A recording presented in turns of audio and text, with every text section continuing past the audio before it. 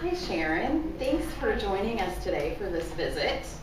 As I mentioned when we set up the appointment, we're here to visit about JXing Crossing. But I've got a lot of literature to share with you, but before we get started, maybe you could just share with me what you already know about JXing Crossing. What kind of things have you heard, or what thoughts do you have? Okay. Well, I know there is a large section of land that's open for development, and there will be room for retail, industrial, and residential. There's also at one time there was space for somewhat of a big box store at one time, and we're currently looking to find retail licenses to fill that space. Okay, great. Well, we'll go through this literature with you today, and we'll leave it with you so you can have time to look through it. But if you have any questions, feel free to stop me and we'll go over anything you don't understand. So first of all, this piece here starts with just an overview of the map. Obviously, you're from Jackson, so I'm sure you're quite familiar with this area. This is the area that we have designated as JXing Crossing. As you know, it's right next to Industrial Parkway and Highway 71, just south of Interstate 90. It actually totals 35 acres, and the city, of course, has agreed to complete the infrastructure this year. So they're working on bids for that and expect to get started this summer. Another thing I would point out is that according to the DOT, we actually have an annual average daily traffic count of 8,600, and that's on the interstate every day. Did they say how many people come through 71? Yeah, I've actually got that, so we'll take a look at it. This is just a more in-depth map, which again, I'm sure you're quite familiar with the locations. We've pointed out the large employers and marked those, along with some specific other locations that are important in the community. And on the back, we have some interesting, what we call quick takes, or little informative information, some new things that are going on in Jackson right now, some new businesses and things that are getting updated. What our current population is for the city, for Jackson County, and for the trade area. And we're actually going to talk a little bit more about the trade area, so we'll get to that shortly. Here's where you had the question about the annual daily traffic counts. This is the I-90 at Highway 71. That's the one that's 8,600. When you asked about Highway 71, this is from Industrial Parkway South to County 14, and that's actually 6,600. So that would be right up to that corner. And then these two are the other locations involving Industrial Parkway. So we really feel that because of this high traffic count in the area, obviously that is going to be a great location for retail and commercial businesses. Here's some interesting highlights about our commuter traffic for Jackson. According to the U.S. Census Bureau, there are nearly 3,000 jobs in Jackson. What's interesting to note, if we look here, the number of people who are employed and living in Jackson is about 1,000. However, those that don't live within the city limits, they come from outside of Jackson, actually totals just over 1,900. So again, we really feel that this is something that we'd like to appeal more to capture some of that money from those who are commuting into the area. And we're going to look at some more information related to that also. And of course, you know where our location is. These are just some miles to some of the other areas. Do you have any questions so far? Okay. Again, probably information you're familiar with, but this is just about the city of Jackson. Obviously, our population, population by race, sex and age, and just a few details about our housing status, and some general information about the community. And go a little more in depth, kind of expanding on our region, showing Jackson and the surrounding area. What's interesting to note with some of these demographics that have been collected is that Jackson County's labor force actually grew by over 15% from 2000 to 2010, which is actually 3 times faster than the entire state of Minnesota. So again, I think that speaks to the large employment base that we have here and the attractive area that Jackson is to employers. Mentioned earlier the population for our trade area. Now, this is a map that was put together by the University of Minnesota Extension, and they have some demographics that they have shared with us. And they have called this a trade area for the city of Jackson. And the trade area just represents the typical distance that people are being pulled from to shop and do business in Jackson. As you can see, it's quite large. It actually extends just over 30 miles in every direction, of course, a little further to the east and west. And what's interesting to note, as I pointed out, the population there is well over 100,000 in this area. And this breaks down some of the other demographics, including per capita income. And of course, this is the total amount of money spent on retail sales in this trade area. We've included this in this packet of information simply as a reminder of the large area that we believe we should be drawing from for those wanting to do retail business in our community. It's quite a large area.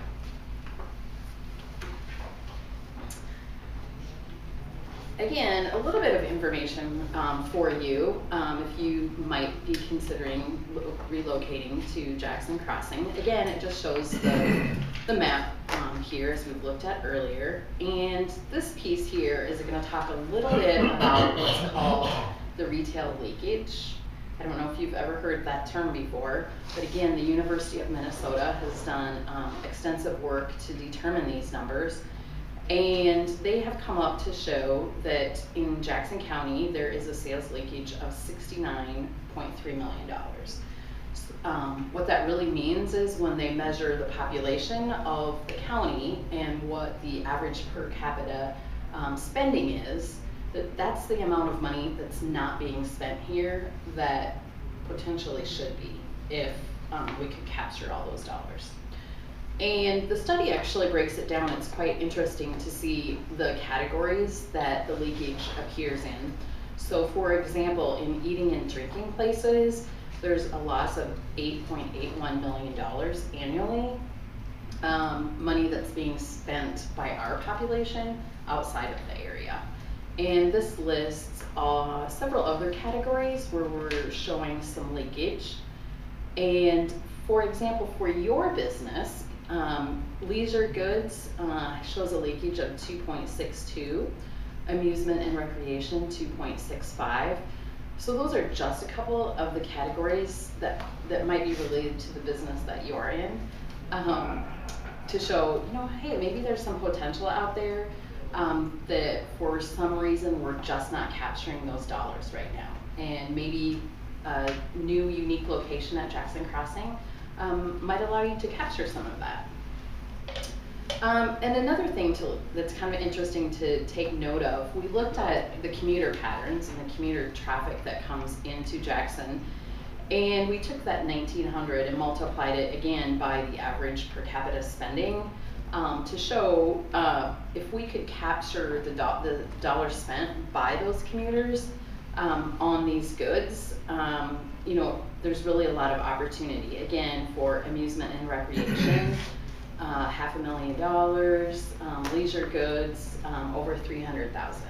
And that's just by capturing the commuter dollars. And again, because of the location, we're pretty confident that perhaps we can capture some of that revenue. Any questions so far? Well, now let's talk a little bit about your business specifically, because you offer so many things for the outdoor enthusiast. This just highlights some of the recreational demographics in Jackson County and in our area. which is interesting to note. And then back to the University of Minnesota study, we broke it down even further to that sales leakage, as I pointed out, the amusement and recreation, and the leisure goods. So those are dollars, again, that are not currently being spent here. And here it shows a potential support for 11,000 square foot of retail space. And you might wonder, well, where did we come up with that number? Well, again, we've gotten the information from the University of Minnesota that actually calculates the number of dollars spent in these types of businesses and breaks it down dollars per square foot spent in that type of business. So by taking this leakage and dividing it by the dollars per square foot, that's how we can show that there's potential support for an expansion or addition of this size, which again is quite interesting to know. Now, if we looked at our trade area expenditures, back to the trade area map where we show that much larger area, just in entertainment and recreation, there's the number of dollars that are being spent. And not to bore you with more numbers, but we also look at what's called the trade area gap analysis. The gap analysis really determines, again, looking at how much money can be spent at the different business types, and how much that money will support. You know, what number of businesses there is to support.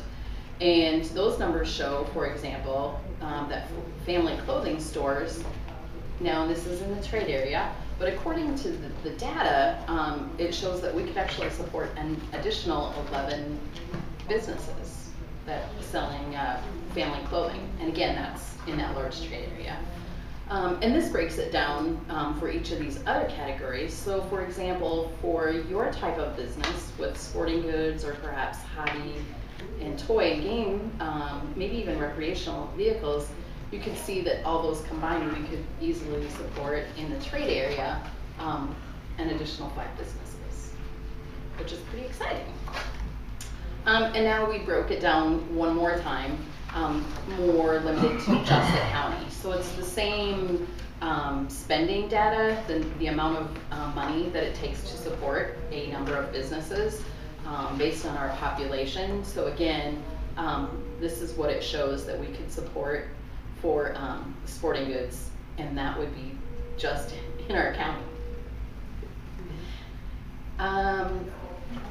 So I've gone through it pretty quickly, but I'd sure like to answer any questions that you might have, or see if there's other details that we could provide in the future.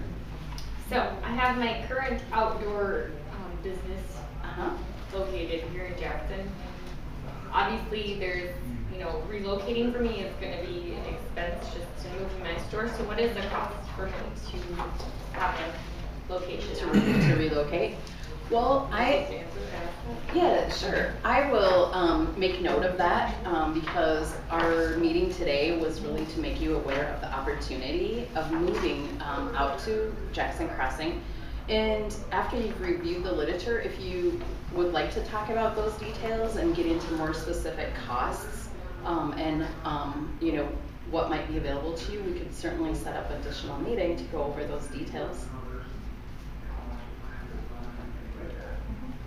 Do you have any other questions? No, I think I'm good. If there's something you wanted me to ask. And you can think of asking about cost. Time frame. So